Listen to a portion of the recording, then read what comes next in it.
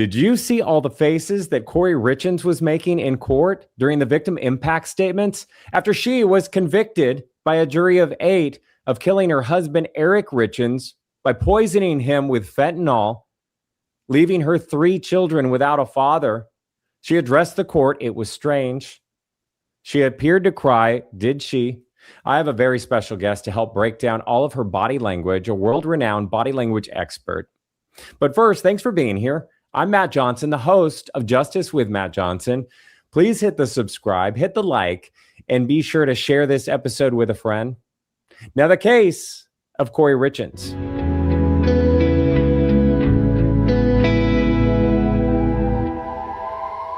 Here to help break it all down, we have Susan Constantine, jury consultant, body language expert, and author of How to Spot a Liar in 7 Seconds or Less. I'm going to have all the details in my show notes. I have the book. You should pre-order it or get it now. It is a great read.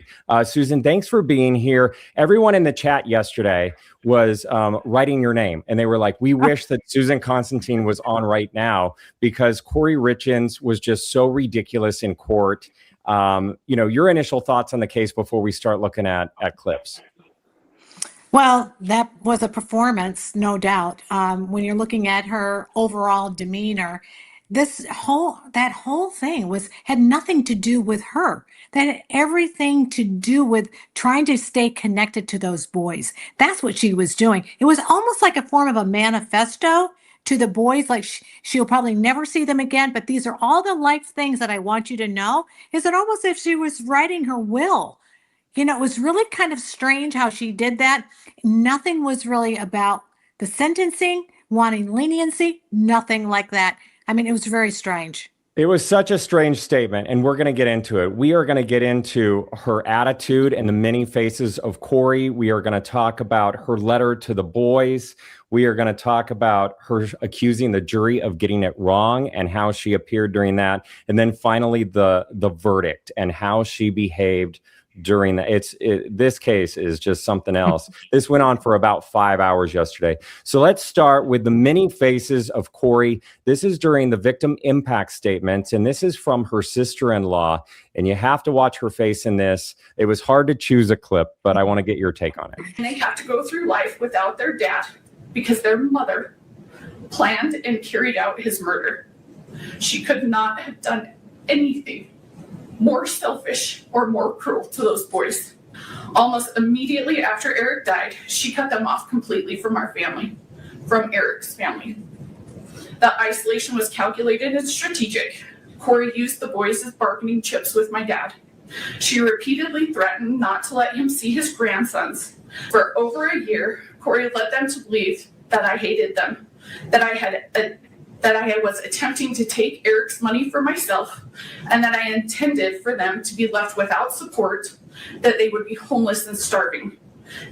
The goal of her lawsuits is singular. She wants all of Eric's assets for herself.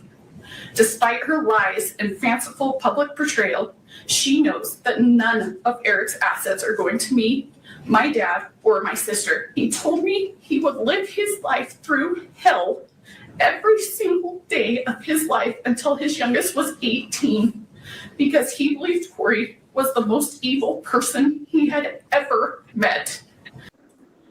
This defendant can't help herself. I mean, she's keeping her mouth open, raising her eyebrows, shaking her head.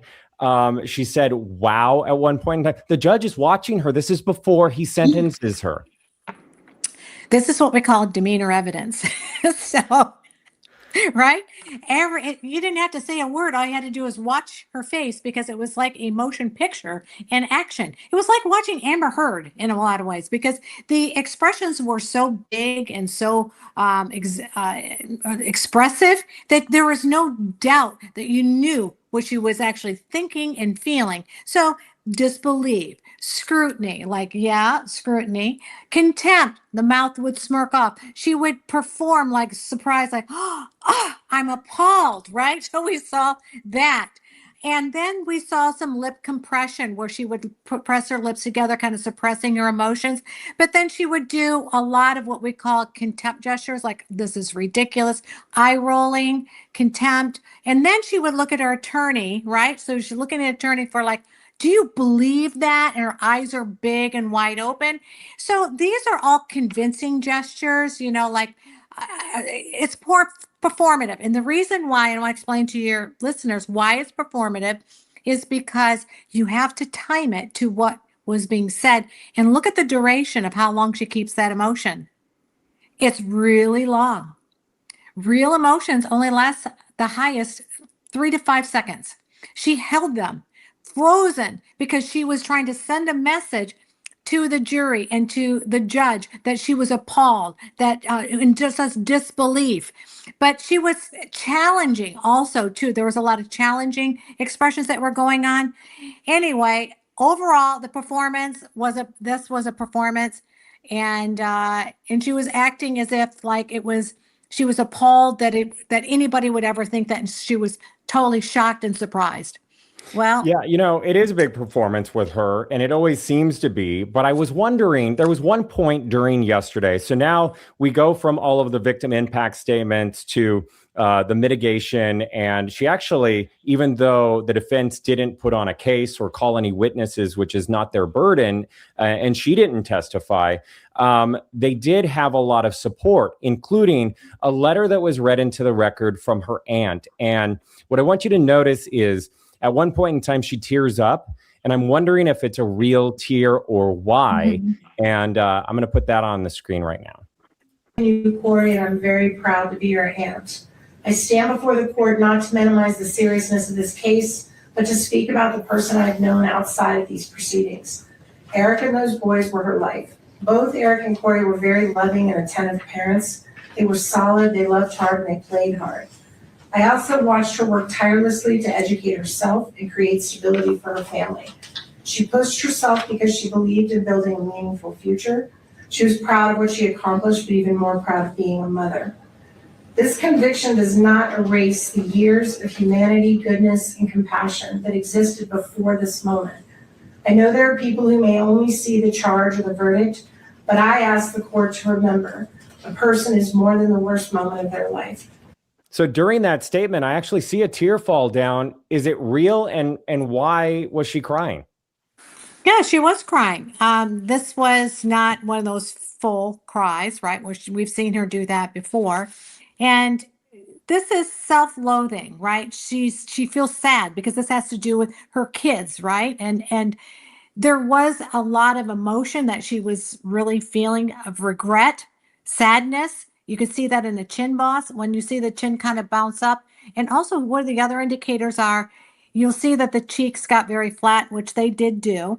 Her brows lowered, so that's sadness. Her eyelids became droopy, and you could see the slight redness in her eyes. All of that is consistent with sadness. So that was authentic. She was really feeling that. So what was she sad about? We can only tie it to what was actually being said, and then we can draw a correlation. Yeah, she's feeling sorry for herself, right? Yeah. Probably. Yeah. Okay, so, a lot of people don't just realize that you're not only an author and you are a, behavioral expert, body language expert, but you're a jury consultant and you've worked on a lot of major cases. So I wanted to get your take on something else that everybody noticed when we were watching the sentencing yesterday. It was this. It was when her attorneys are flanked on her sides and they are, helping her out. Why would they be doing that? Why would they all be up there? Supportive.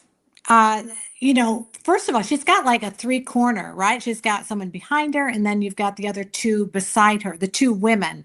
And these are her advocates. That's what I see, is the 3 together are her support system and her advocates. And as a trial consultant, this is not unusual, because if somebody has created a heinous crime, even myself, if I've been second-year counsel, even as heinous as the crime might be, I'm seated right next to them, or I am there with my hand on their back and creating comfort. So she's being comforted, and she's sending that message, or they are sending that message to the jury that they are supporting her. And that is important because the jury, she wants the jury to know that I have a group of people that believe me, that stand with me and stand by me and are there for me. And so that is what that they did right here, which was literally her support family in court.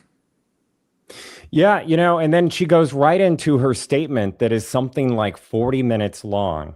Yeah. And I can't wait to get your take on it because it's very strange. In all of my years covering court, I've never heard a statement of elocution in this way. And here we go. My sweet baby boys, I know that today you don't want to speak to me, have a relationship with me, but you may think you hate me, and that's okay. I will never be angry at you for your feelings. When the day comes that you're ready, I will be here for you, waiting for you and loving you. But I need you boys to know and understand that I have been desperately trying to get in contact with you any way that I can for years. That all of my communication has been completely cut off from you since early 2024.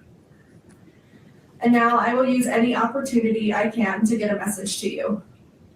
Even if that means sharing it publicly to the world, fully restrained, in my jail clothes, in one of the most horrible situations possible. I don't care, and I'm not embarrassed or ashamed by any of it. All I care about is you boys. I will do whatever it takes for you to hear the truth from me and to come home to you. Once temporary custody was transferred to Katie and Clint, against my wishes, they cut off all of my communication between you boys and I. It was years before I would ever have a trial. I did not just walk out of your lives one day to never return, to never call, to never show up. Regardless of what anyone tells you, I would never ever leave you boys. And I am so sorry if for even 1 second you thought that I did.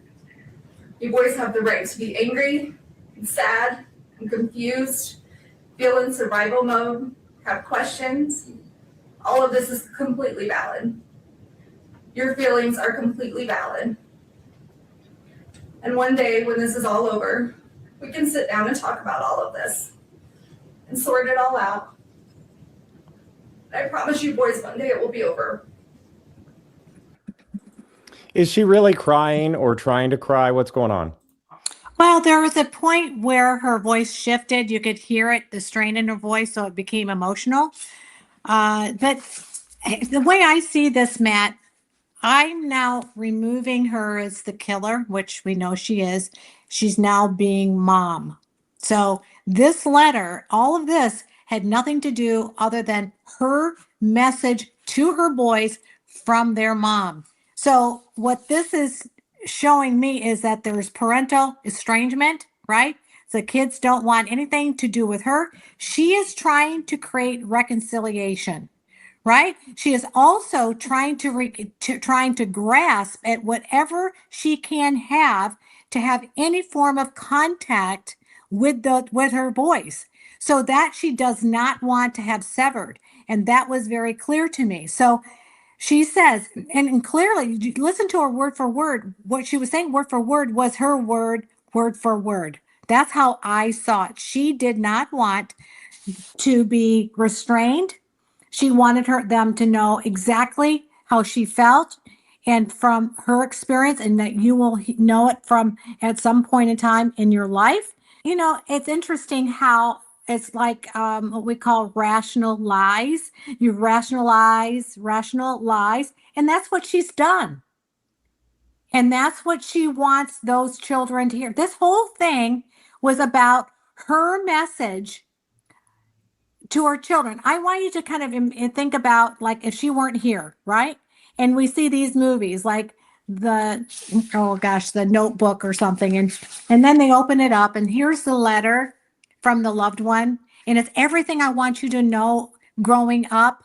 I want you to know everything that I want you to do, or what to think about when you're growing up, and don't trust this, and trust your feelings, and love your dad, and be like your dad, and all these kind of things. it was to me like an obituary in some sort of way of a letter she was leaving behind to her children, except for she's hoping that they're going to, at some point in time, reconcile their differences and that she is going to be able to tell her truth. Yeah, and you know what? That may be the reason why Alec Murdoch never admitted to the murders too, because he wants some sort of relationship with Buster. Since that's on everybody's minds right now too, because he also maintains his innocence and hopes to have a relationship. And maybe she wants some sort of a relationship with someone to contact her when she's in prison. Maybe that's where it's going. I thought that, a lot of it was attackatory, attacking her in-laws for the lack of communication with the boys. But I mean, and then it became, like you were saying, you already hinted at it, this weird poem and letter. It became even more so. And in all fairness to Kouri Richins, these clips that I'm showing you, it goes on and on and on. So it is edited. It's not in just one sentence, but you kind of get the point with it. So let me put on "Be Like Your Dad" part of her statement. Don't ever settle for just good. Go for great. In school, in your career, in hunting, in fishing, in your relationships, in your goals. Exceed expectations. Be like your dad. Be generous. Be charitable. Stay humble. Give when you have too much. Give more than you take. Help when others are in need. Serve your community. Be like your dad. Never stop learning through education, through people, through travel, culture, through business and friends, from your success and achievements, from your mistakes and failures. Be like your dad. Love the outdoors. Find your peace, your therapy, your heart and soul on the top of a mountain somewhere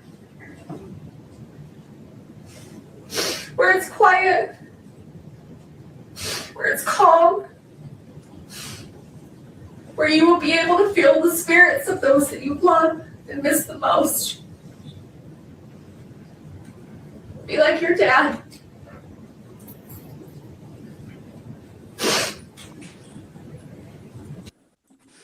Real tears? I mean, is she trying to begin a poetry book? I don't know. Well, she is showing emotion. You can see, there's some snot going on here. So we see a little nose drippage going on. So she is feeling emotion, but she's saying things in like little sound bites because she's throwing these out there. Here's where I'm gonna throw something out at you though. I think that she is repeating things that she may have really liked about her husband in the past, that those are attributes of good attributes that her husband did have.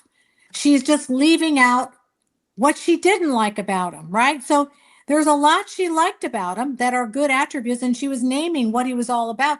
So the fact that she's actually saying all these positives and no negatives, she's kind of setting the tone that this is how she felt about him. So how could I possibly have done this horrible thing, knowing your father was such a great man, and for you to be to follow your father's attributes? She's just giving them, the children, parental guidance about them, how to think about their father. But everything that Kouri Richins says has a double meaning. So she's saying it, but also it has another meaning to it. Like, I want you to see me in a better light than what people are portraying me to be, because I didn't see my husband as this bad person I had to kill. Here's all these great things about your dad that I want you to follow and emulate in your lives.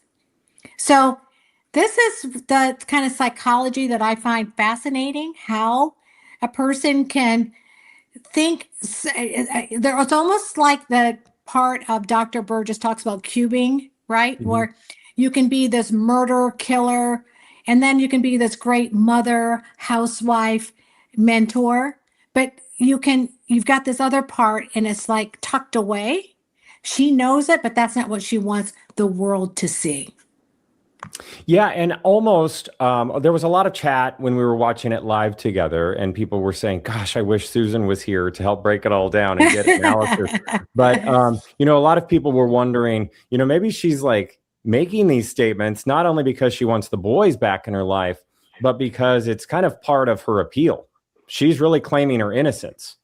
Yeah, and you know what? That's what she's doing. I mean, if you were on the defense side, what would you do? Okay? Because they already know, well, listen, if you're found guilty, hey, don't worry about it. We're going to file an appeal. This is what we're going to do. This is what defense attorneys do. So what she's doing is putting it all on record. It's all on record. Everything goes on the record, right? You got the TV cameras rolling, everything else. You got the stenographer there. Everything's going, it's all in there. So they're going to look at this grieving woman who is innocent, that was, charged with this heinous crime that never happened. I'm a loving mother and also a wife, and I want my children back, and everybody else is bad. This is what she's doing. And then she gaslights everybody else, right? And she does this in a way that makes her look better, more elevated. So she's trying to show to the world, and her hoping that her sons are going to be hearing this, about how great of a mom she is, and I'm giving you some really good future world advice of how to live your lives without me, but I'm still here, and I'm still going to contact you, and I'm still going to keep trying because I'm never going to give up.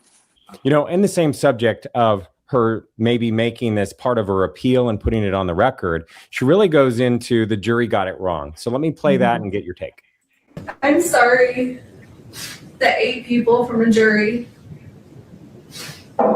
who have never met you or me or our family had the right to determine our future. And they did that in less than 3 hours. In a perfect world, there might be justice. But in a perfect world, nothing ever goes wrong. Tragedies don't happen. You haven't had to just endure losing one parent, but losing 2. And no child should ever have to go through that. Especially when one was an unforeseen tragedy, and the other based on injustice and a system we're supposed to trust. And as much as you've been influenced into thinking that Dad was murdered, that I took your dad from you, that is completely wrong and an absolute lie. And the thought of that is still as absurd today as it was 4 years ago. And just because someone may not be perfect, that's a far reach for them to be capable of murder. To kill someone, our someone. Your dad was in physical pain, a lot of physical pain. And just because some people didn't know or didn't want to see certain things, doesn't mean they weren't happening or they weren't true. He would have never left us intentionally. And I would have never taken him from you, from us. He was the glue that held us all together, that made us, us.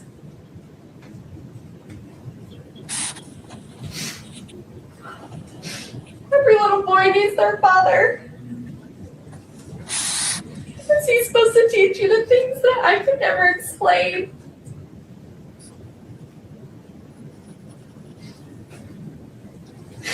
He's supposed to teach you and do things with you that only a dad can do.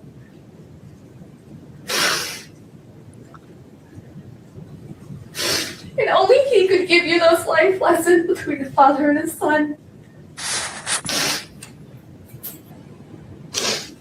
And I would have never taken that from you. And I'm so sorry that I can't bring him back. For you, for me, for our family. Okay, so was it an act? Were they real emotions? Well, there were mixed emotions. I mean, there were emotions here, but they're not all for the kids. This is about herself too, showing emotion. So I do think that a lot of these emotions, which I don't know whether your viewers are what they're seeing, and then they're saying, oh, she's faking it. Well, I don't look at it that way because I'm looking at certain characteristics in the face and the tone of the voice and the shrilling and so forth. Is it real? Is it seem felt? Yes. But we don't know if it's because she's feeling guilt, shame, all of these things. And she's looking back going, man, I just really messed up, right? Like she's feeling a lot of regret. So she's like taking herself out of it and like almost like how Casey Anthony would do. She would repaint and redesign her who she is, but not attaching it to the person who actually acted it out. So in retrospect, she's not going backward. She's looking at it in present tense, not in past tense. I hope you get that right. Everybody gets that because she's thinking about how she would be with her father, the father, and the relationship that they should have had is in future tense and also not past tense, but in right now tense and future tense. So from right now looking forward, this is what I want. This is the lessons I want you to know, not going backwards. She says, I would never have. There's a lot of language issues here. Would, could, should are always big red flags for me. I would never have taken your father from you. Would I? What would be the easiest way of saying that? Would be I didn't do it. I didn't take your father away from me. So when we see that these she didn't use contractions when she was supposed to. So that is a red flag for me. The other thing that I wanted to mention was she used a lot of together words, us, together, we, and present tense. In present tense, not in past tense. He's already passed. So she's looking at this as if he's almost still alive. This is in present and future tense. That's a deceptive indicator because we look at when people are speaking about something that happened in past tense, they're going to speak in past tense, not in future tense. So then she puts herself in, think about herself as being a third person. She's speaking as if she's a third person. And then she talks about living in an imperfect world. So she is admitting to that, we're all not infallible. We're all infallible. We all can make mistakes, but she doesn't really name what it is or the severity of what it is.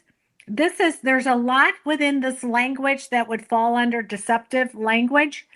And the way she's proffering it is she's feeling victimized. And now is she being victimized, those children are being victimized, and then she goes on to chastise and reprimand that jury. Now, if that judge is sitting behind the bench and he's going, I got just this one little mark. I could move it from here to over here, like forever, right? She was only like one mark away. And the fact that she was chastising that jury after they spent how many weeks, months, right, giving their service, and they reprimanded them as if it was their fault. No, girlfriend, it was your fault. It was your fault.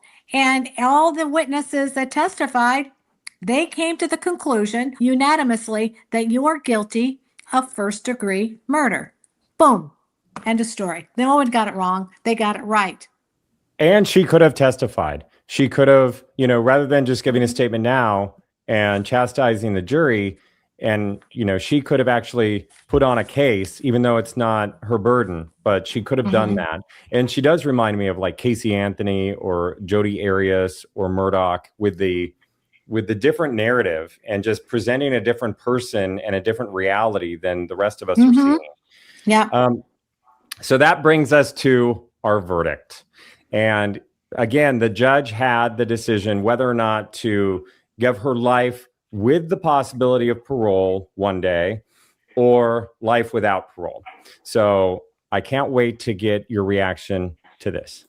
But the potential impact on the survivors of the tragedy created by Kouri Richins, most importantly, Eric Richins' 3 sons, is more difficult to predict.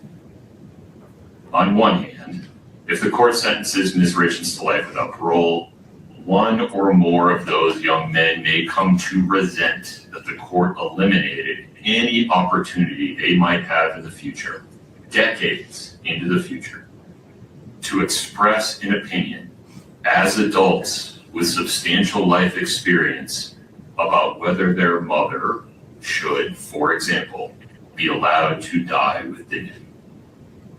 On the other hand, if the court sentences Ms. Richins to 25 to life, one or more of those young men may spend the next 30 years questioning why the court failed to protect them from the prospect of the person who murdered their father being released from prison at some time in the distant future, perhaps when they have families and children of their own. The court's contemplation of how those young men may come to feel about today's decision some 30 years from now comes from a place of genuine concern for them and humility regarding the court's inability to predict the future. And the bottom line. Okay, so did you notice anything before we hear his decision and how she reacts to that? Yeah, so at first she's got her eyes down, so she's kind of processing, right? So deep thought, processing, she's numb. She does some of this mouth licking, and every time you hear him, the judge mention something about his children and her, you'll find her licking her lips. So that's a lot of, you'll see it every time he mentions in the future of the children and so forth. There is followed either right before or like a second after, and not a second before, a second after, or a few seconds after.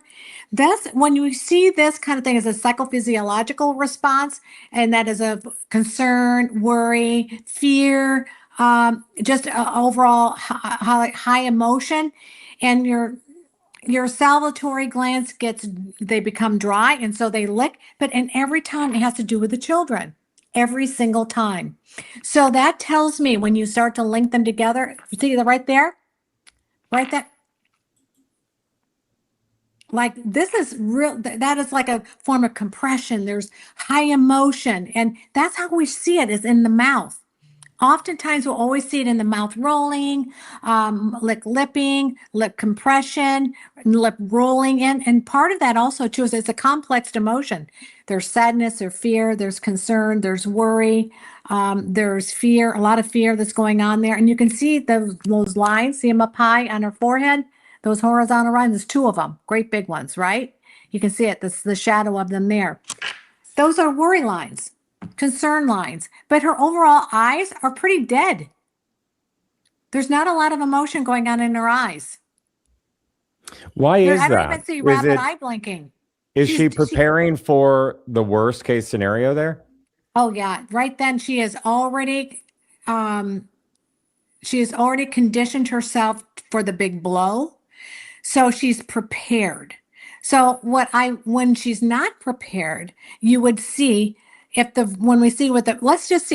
say a test, okay, with all of your readers, our viewers and watchers. If she wasn't prepared and she heard guilty, you would see quick flash of eyelid flash like this, like a fast eye blinking. Right now, it's pretty steady, right? Normal blink rate. Now let's see what happens after that. Okay, let's get the judge's sentencing and get your reaction. The bottom line is this. Kouri Richins was convicted unanimously and beyond a reasonable doubt of attempting to murder Eric Richins, her husband, and the father of their 3 children. And then, having failed in her first effort of spending the next 17 days not changing course, but doubling down, preparing to try again, and ultimately completing the act through the administration of poison. And for what? Money. All for pecuniary gain.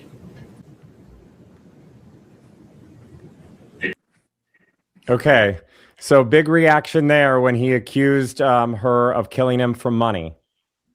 Yeah. So surprise, surprise, right?